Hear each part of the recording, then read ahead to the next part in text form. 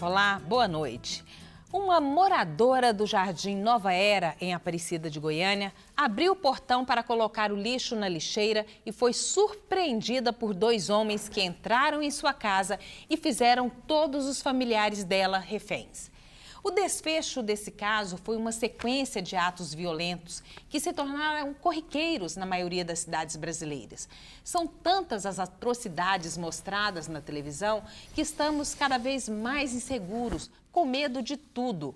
Medo de andar na rua a qualquer hora do dia, de sair à noite, de frequentar espaços públicos e até de fazer amizades. Temos medo de usar a internet, de entrar em bancos, mas... Por outro lado, o medo é tão antigo quanto o próprio homem. E se não fosse por ele, a sobrevivência da espécie humana seria impossível.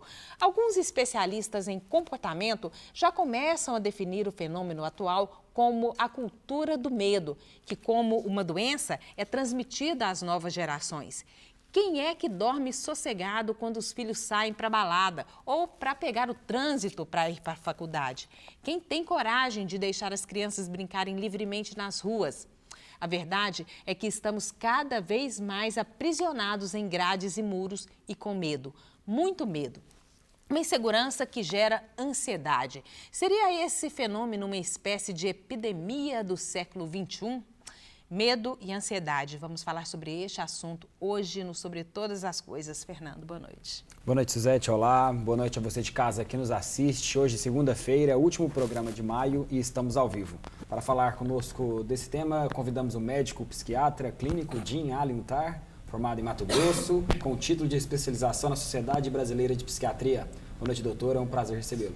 Boa noite, Fernando. É uma honra para a gente estar participando também.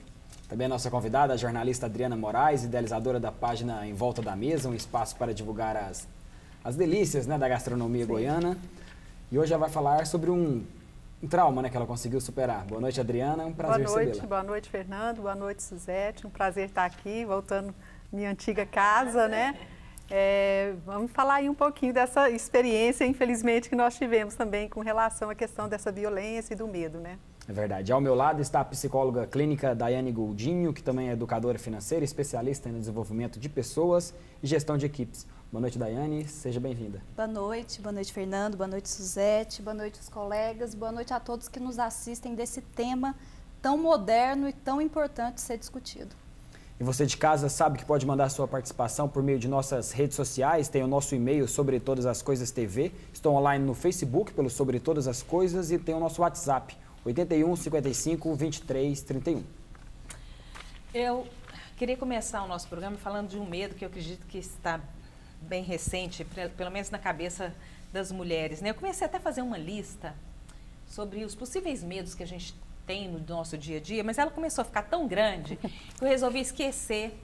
E quero começar perguntando pelas duas aqui, né? Nós estamos aí, a imprensa noticiando, a gente vivendo esse episódio aí da garota que foi estuprada aí por cerca de 30 homens e que trouxe à tona essa discussão, que não é só o medo do estupro, que já é uma coisa enorme, mas é o medo do julgamento e das consequências de um comportamento, de uma forma de vestir, que isso acaba, de uma certa forma, gerando uma discussão que o estupro fica em segundo plano, como se alguma coisa justificasse uma ação como essa. Vou pensar com a Adriana. Você tem medo, Adriana, de andar na rua por ser mulher? Suzete, eu acho que é uma realidade isso. Não tem como a gente falar que isso não acontece. Comigo isso acontece muito. Depois que eu passei a questão do assalto, né? Ela vai contar pra gente daqui a pouco. Mas eu acho que piorou um pouco. Mas eu acho que no caso da mulher, ela se sente mais violentada no sentido, não só no sentido literal da palavra, né, mas no sentido também figurativo, porque é um lado mais fraco de toda essa história, né? E aí a mulher sempre ela tem mais medo de andar sozinha, ela tem mais medo de sair à noite sozinha, né? Se você vai andar no ônibus, né? Se você vai andar num trânsito também, até os próprios agressores sabem ou acham, né, que que no caso de uma mulher, ela pode ser uma vítima, né, muito mais fácil do que no caso de um homem. Então, eu acho que a mulher, ela sempre leva uma certa desvantagem nesse sentido. Doutora Daiane, não como profissional aqui, mas como mulher. Existem algumas figuras que estão mais expostas, né? Mulheres, crianças, são culturalmente mais frágeis. Então, eu percebo que nesse movimento atual, as pessoas começam a perceber quais são os limites de respeito ao outro. Então, eu me sinto particularmente como uma mulher que olha para esses casos e começa a perceber de que forma a gente pode agir diferente para evitar isso e se há uma forma de agir. Eu acho que é isso que está passando na cabeça da maioria das mulheres, né? É possível evitar esse tipo de comportamento agressivo às mulheres, esse tipo de violência, né? Ou simplesmente vem de um fato cultural, de um fato de educação das pessoas que fizeram isso. Então, eu acho que é um debate que a gente se sente no meio disso tudo e até um pouco frágil, sem saber muito bem para onde nós corremos, se é o nosso comportamento ou se nós somos apenas vítimas mesmo. Porque se a gente pegar esse assunto e a gente puxar para o nosso tema, na entrevista que a garota deu, ela disse que não contaria para ninguém o que tinha ocorrido. Ela contou porque o vídeo vazou, né? Colocaram um vídeo aí nas redes sociais e ela acabou contando. Quer dizer, o medo é tão absurdo, ele é tão grande que ele sufocaria as consequências de um ato desse, tudo aquilo que ele poderia trazer para a vida dela, né? Uma garota, uma menina. Ele paralisa, né? Ele faz com que a pessoa fique pensando o que é que ela tem a ver com isso, por que ela pode ter provocado aquilo. Então, por vergonha, por medo mesmo de se expor e a pessoa ser interpretada de uma forma errônea. Então, realmente, muitas pessoas, em vários tipos de medo, de fobia, que a gente vai conversar aqui, sofrem muito tempo com esse silêncio. Todinha. Sim. O medo... Eu não sei se quem que veio primeiro, né? Se foi o medo, se é o medo ou se é a ansiedade. A ansiedade gera o medo ou o medo gera a ansiedade. Mas os dois podem levar a uma doença ou os dois já são considerados uma doença? Então, o medo, ele é justamente a avaliação de risco. O medo, ele é o risco envolvido nas situações. A ansiedade, antes de ser uma doença, ela é uma função psíquica normal, que todos nós temos. Que visa nos proteger de eventuais injúrias, de potenciais problemas.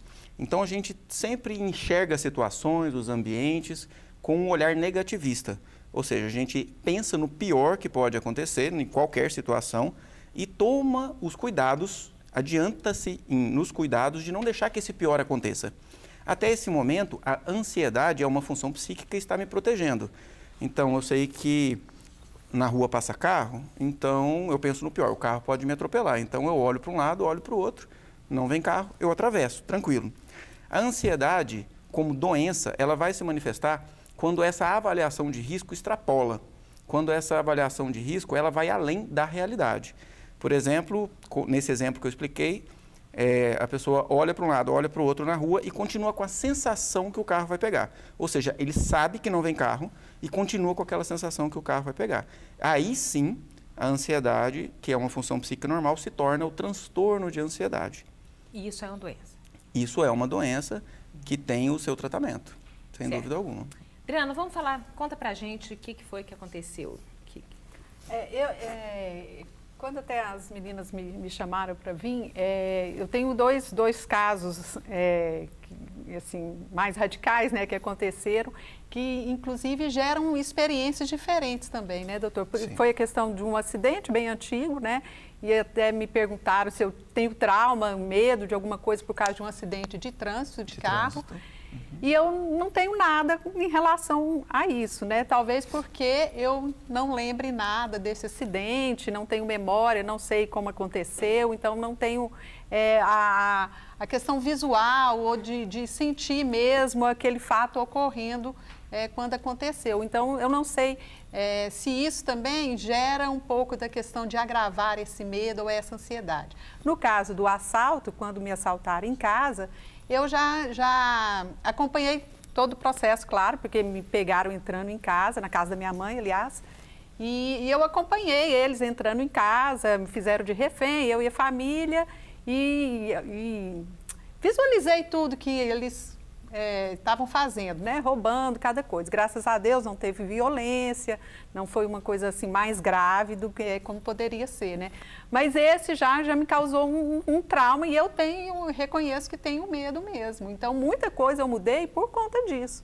E até hoje, você tem o quê? Uns 2 anos, fez 2 anos e eu assim, considero que nunca mais fui a mesma, né? Depois que isso aconteceu. Então acontece essa questão da ansiedade mesmo e às vezes a gente prever o que pode acontecer e quais os cuidados que eu tenho que tomar para que isso não aconteça de novo, né? Então essa ansiedade vem muito antes justamente por causa dessa coisa de você tentar evitar que aquilo aconteça novamente, né? Então esses 2 comparativos eu fico pensando muito nisso, na questão de você ver, de você presenciar, e uma coisa que você não lembra, você não tem esse trauma, né? Sim, isso acontece por conta da significação negativa, extrema, que aconteceu no caso do assalto, em que você presenciou e se lembra exatamente de tudo que aconteceu. Então, a tendência é que, com essa experiência negativa, você enxergue novas situações com um risco aumentado do que ele realmente tem. Já, por exemplo, o carro, que você não tem lembrança do que aconteceu, você anda de carro, você não vai ter medo disso. Mas uma experiência negativa do passado, ela geralmente leva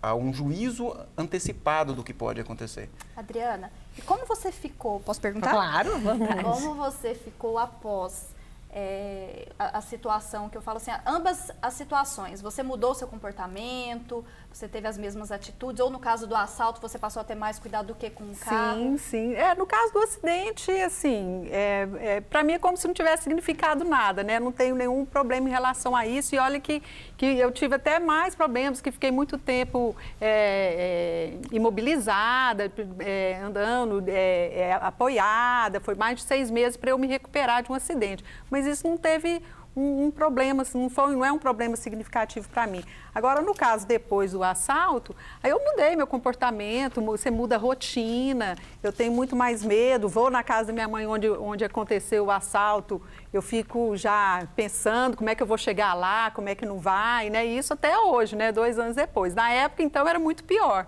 né? Porque na época eu pedia para alguém me esperar no portão para eu poder chegar lá. Né, de tanto do receio que eu tinha, né? E durou um bom tempo também, né? E engraçado que na hora eu me mantive calma durante todo o processo, né? Isso aí também deve ter as explicações, né? Mas na hora foi como se nada tivesse acontecido, consegui Manter a tranquilidade, né? E me manter bem consciente do que estava acontecendo, sem reagir, sem nada, super calma. E isso veio um desdobramento só depois, uns 2 dias depois. E aí foi se desenrolando. Mas a mudança de comportamento é visível. Até hoje tem muita coisa que eu não faço por conta disso. Doutor, e como superar esse trauma no caso da Adriana e também de outras pessoas também? É possível? É possível. O trauma, ele vem de uma significação negativa de algum acontecimento. Fundamental é que a gente refaça essa significação. Ou seja, as psicoterapias que se fazem hoje, a doutora vai poder entrar melhor nos méritos, elas são de releitura, de reinterpretação. Então, aos poucos, a Adriana vai rever o que aconteceu, de modo a não se sentir tão amedrontada. Uma das terapias que se faz em relação à fobia, não tanto em relação ao estresse pós-traumático, que provavelmente foi o que aconteceu. E é normal ter esse estresse pós-traumático? Não. É normal o estresse agudo. Durante um período de 30 dias aproximadamente, a pessoa pode ter alterado o seu comportamento, as suas perspectivas. Mas depois desse prazo, a pessoa manifestar principalmente sensação de revivência do acontecimento, aí já entra num diagnóstico patológico. O que separa o normal do patológico, a grosso modo, é o sofrimento, é o desconforto e principalmente é o comprometimento da capacidade funcional. Ou seja, a pessoa não consegue funcionar, não consegue exercer a função doméstica, a função de trabalho, a função de relação social, depois do acontecimento. A Daiane vai falar para a gente também, logo após o intervalo. Luiz, Daiane, todo mundo tem uma experiência para contar de medo. Hoje o medo está muito ligado a essa questão da segurança pública, né? e nós tivemos recentemente um caso com a colega aqui, e isso causou medo em todos nós que trabalhamos à noite, que saímos daqui à noite, houve uma tentativa, houve um assalto, né, um roubo de um veículo com a pessoa dentro, a mão armada, e isso causou em todos nós uma sensação muito estranha. Eu acredito que vai passar, mas ainda é muito forte, muito latente. Mas a gente vai chamar nosso intervalo comercial. Logo depois a doutora responde para a gente. O Fernando também foi falar com algumas pessoas sobre o medo e a ansiedade num shopping de Goiânia. Vamos ver o que elas dizem. Já, já.